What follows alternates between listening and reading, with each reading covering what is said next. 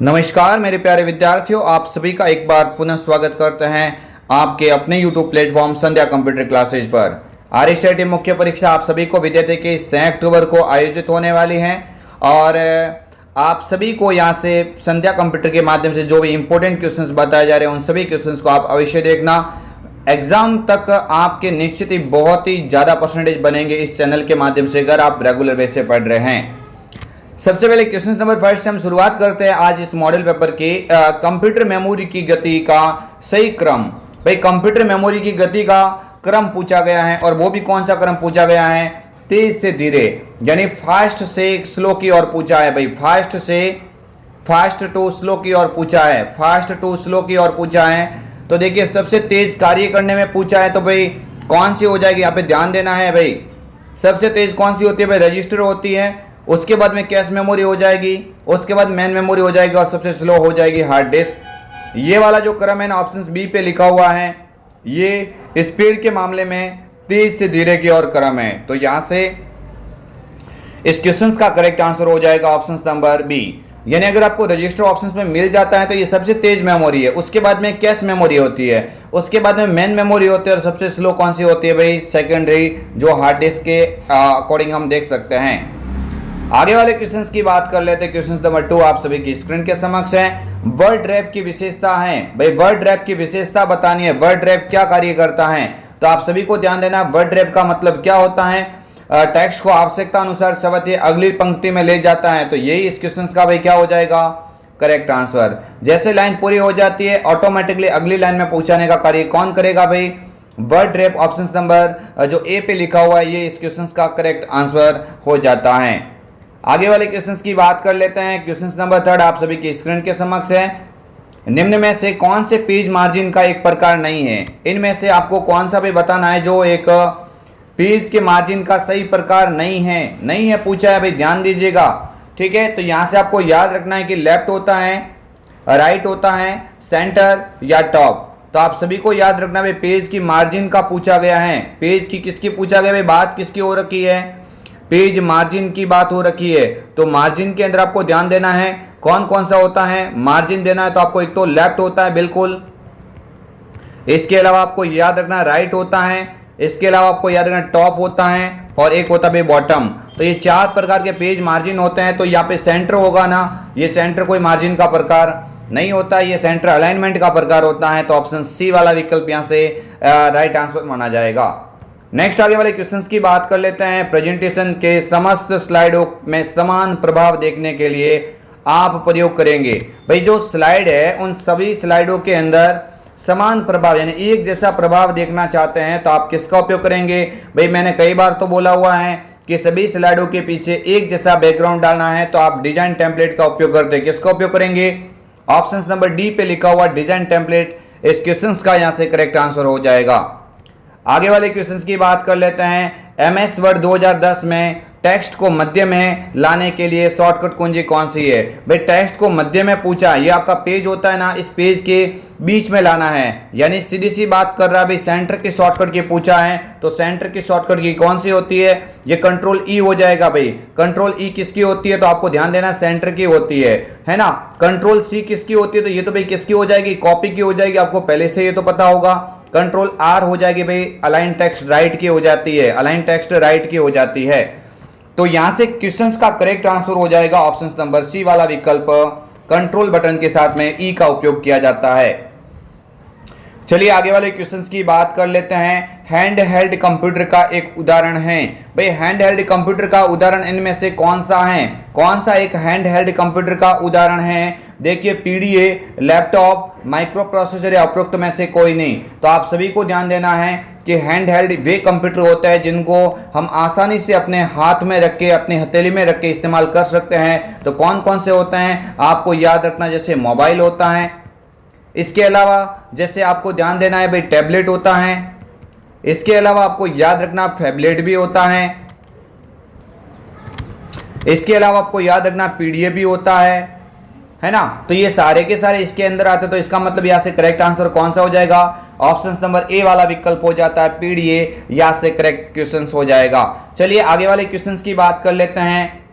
निम्न में से कौन प्राइमरी का उदाहरण है? भाई प्राइमरी मेमोरी का उदाहरण पूछा है। ऐसी मेमोरी जिसमें यूजर के द्वारा किया गया कार्य सबसे पहले होता है, इसीलिए इसका नाम प्राइमरी होता है। तो प्राइमरी मेमोरी का उदाहरण कौन सा होता है भाई? आप सभी को ध्यान देना है, रैम और रोम किस में आती है? प्राइमरी के अंदर आ जाती है। फ्लॉपी डिस्क, हार्ड डिस्क ये तो सेकेंडरी का होता है। ये भाई किसका उदाहरण होता है? ये तो सेकेंडरी के अंदर आता है। ठीक है, डीवीडी, आरडब्ल्यू ये भी किसका होता है भाई? ये भी सेकेंडरी का होता है। यहाँ पे फ्लैश मेमोरी, यूएसबी ये भी किसका होता है? सेकेंडरी का होता है। तो भाई कौन सा पीछे रह जाता है? ऑप्शन नंबर बी वाला, रैम, रोम, पी रोम, ये सारे के सारे भाई ऑप्शंस किसके हैं? प्राइमरी मेमोरी के एग्जांपल है। किसके एग्जांपल हो जाएंगे?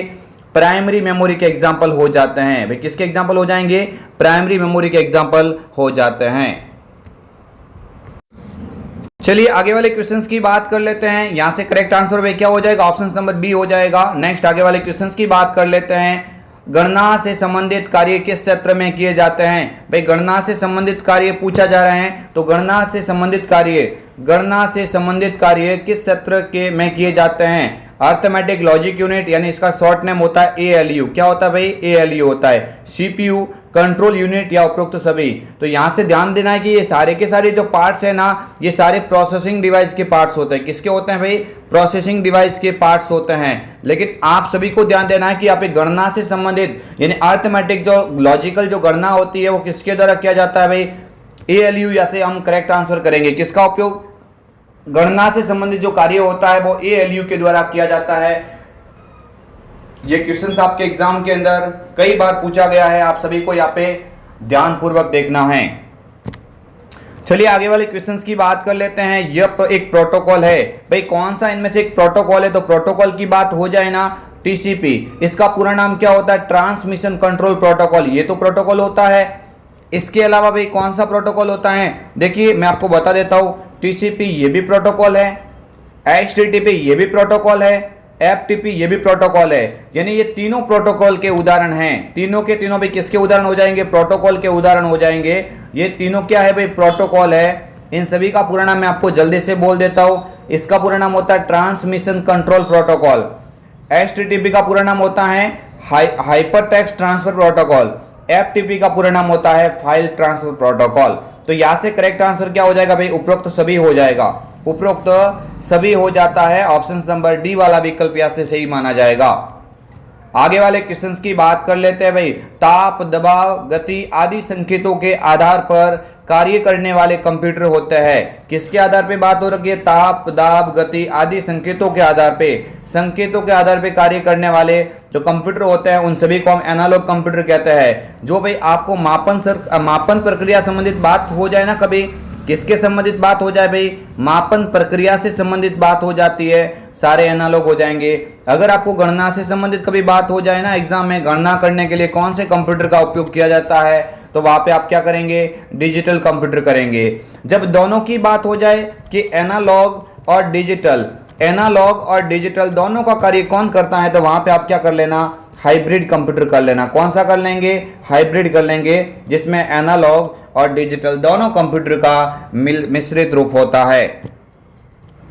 आगे वाले क्वेश्चंस की बात कर लेते हैं। वेबसाइट या वेब पेजेस को एक्सेस करने के लिए यूनिफॉर्म रिसोर्स लोकेटर का उपयोग किया जाता है। इसे खाली जगह के नाम से भी जाना जाता है। भाई बेहतरीन क्वेश्चन है एग्जाम पॉइंट ऑफ व्यू से। वेबसाइट या वेब पेजेस को एक्सेस करने के लिए यूआरएल यानी यूनिफॉर्म रिसोर्स लोकेटर का उपयोग किया जाता है। इसे खाली जगह के नाम से भी जाना जाता है। तो भाई ध्यानपूर्वक देखेंगे, यहां से करेक्ट आंसर क्या हो जाएगा, है ना?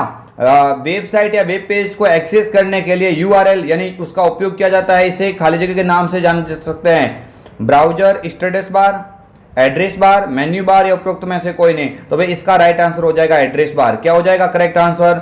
ऑप्शन नंबर बी वाला विकल्प यहां से करेक्ट माना जाएगा। आगे वाले क्वेश्चंस की बात कर लेते हैं। निम्न में से कौन सा सर्च इंजन है? भाई इनमें से कौन सा सर्च इंजन का उदाहरण होता है? तो देखिए गूगल है, अल्टा विस्टा है, याहू है। यानी तीनों किसके उदाहरण हो जाएंगे भाई? सर्च इंजन के उदाहरण है। तीनों किसके हैं भाई? सर्च इंजन के एग्जाम्पल हो जाएंगे। Correct answer option number D हो जाता है।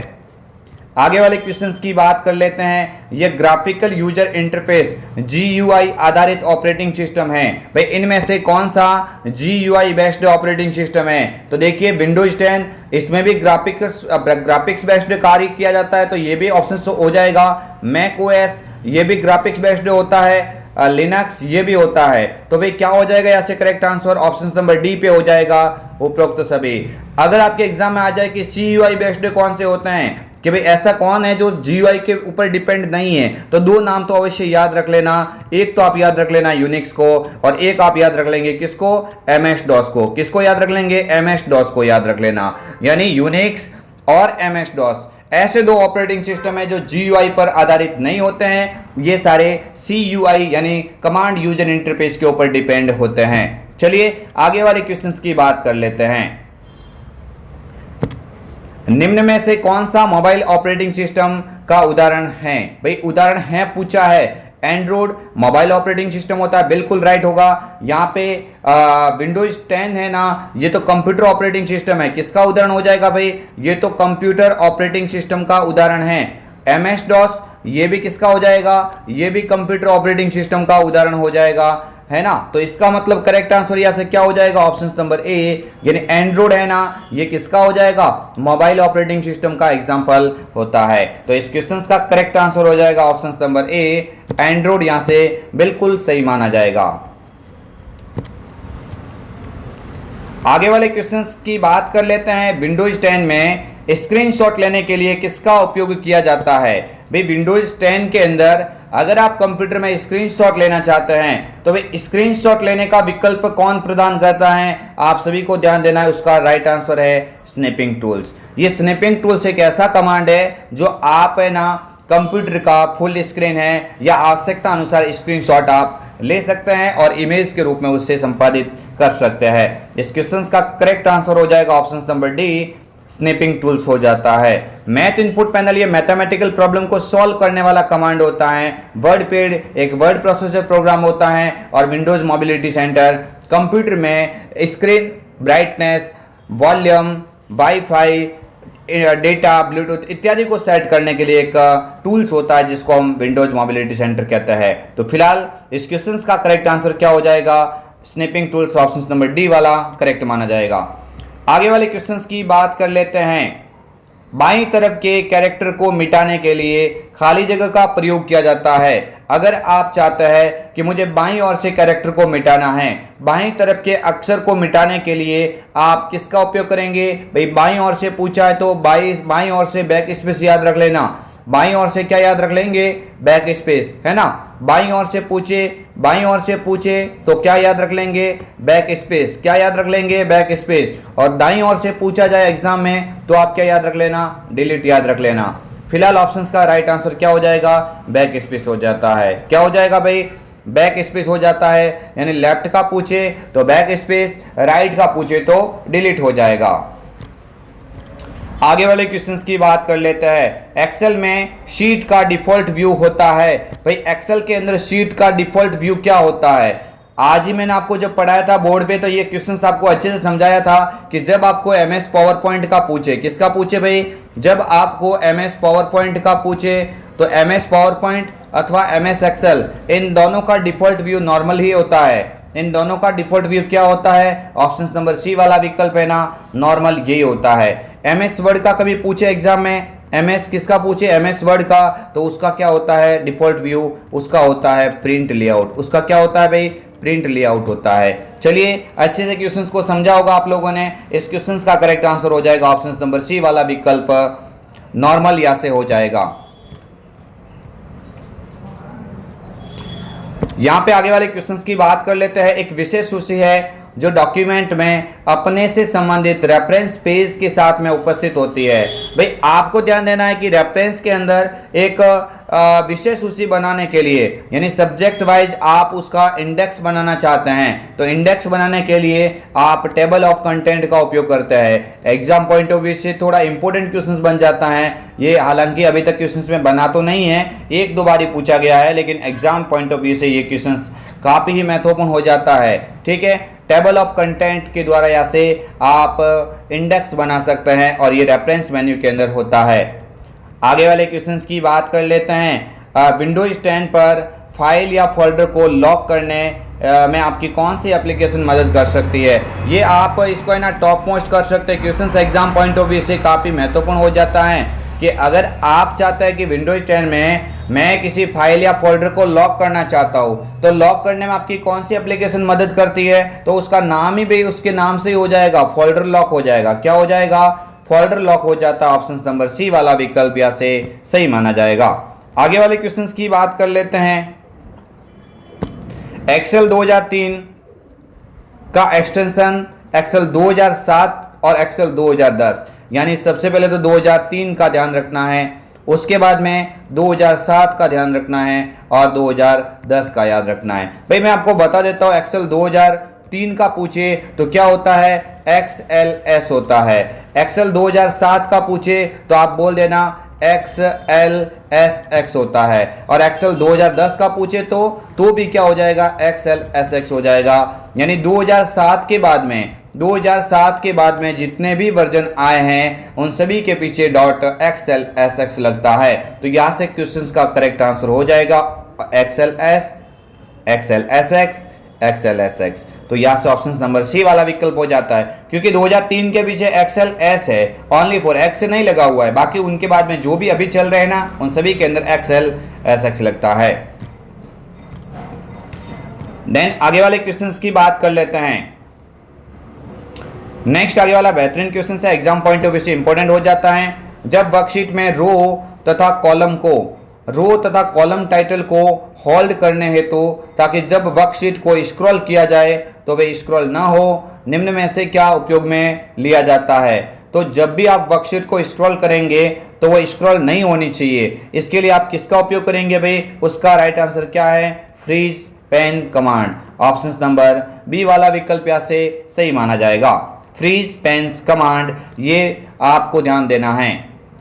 चलिए आगे वाले क्वेश्चंस की बात कर लेते हैं। इलेक्ट्रॉनिक उपकरणों में स्थापित एक वायरलेस तकनीक जिसका उपयोग कम दूरी में डेटा का आदान प्रदान करने के लिए किया जाता है। इजी सा क्वेश्चन है, लेकिन एग्जाम पॉइंट ऑफ व्यू से काफी महत्वपूर्ण हो जाता है। आप सभी को याद रखना है कि इलेक्ट्रॉनिक उपकरणों में स्थापित एक वायरलेस टेक्नोलॉजी है। भाई वायरलेस टेक्नोलॉजी जो बिना वायर के चलती है ना, वायरलेस टेक्नोलॉजी तो है, लेकिन जिसका उपयोग कम दूरी में डेटा का आदान प्रदान करने के लिए। अब यहाँ पे आप वाईफाई मत करना भाई, वाईफाई नहीं करना है, क्योंकि वाईफाई का उपयोग डेटा का आदान प्रदान करने के लिए नहीं, वाईफाई का उपयोग तो इंटरनेट एक्सेस करने के लिए किया जाता है। यहाँ पे पूछा है कि कम दूरी में डेटा का आदान प्रदान करने की बात हो जाए तो आपको अच्छे से पता है, अगर आप किसी दो डिवाइस के मध्य किसी डेटा को भेजना चाहते हैं तो आप किसका उपयोग करते हैं? ब्लूटूथ का उपयोग करते हैं ना। तो ऑप्शन ए वाला विकल्प यहाँ से सही माना जाएगा। इससे वाईफाई का पूरा नाम क्या होता है? तो आप सभी लोग याद रख लेना, वायरलेस फिडिलिटी होता है। क्या होता है?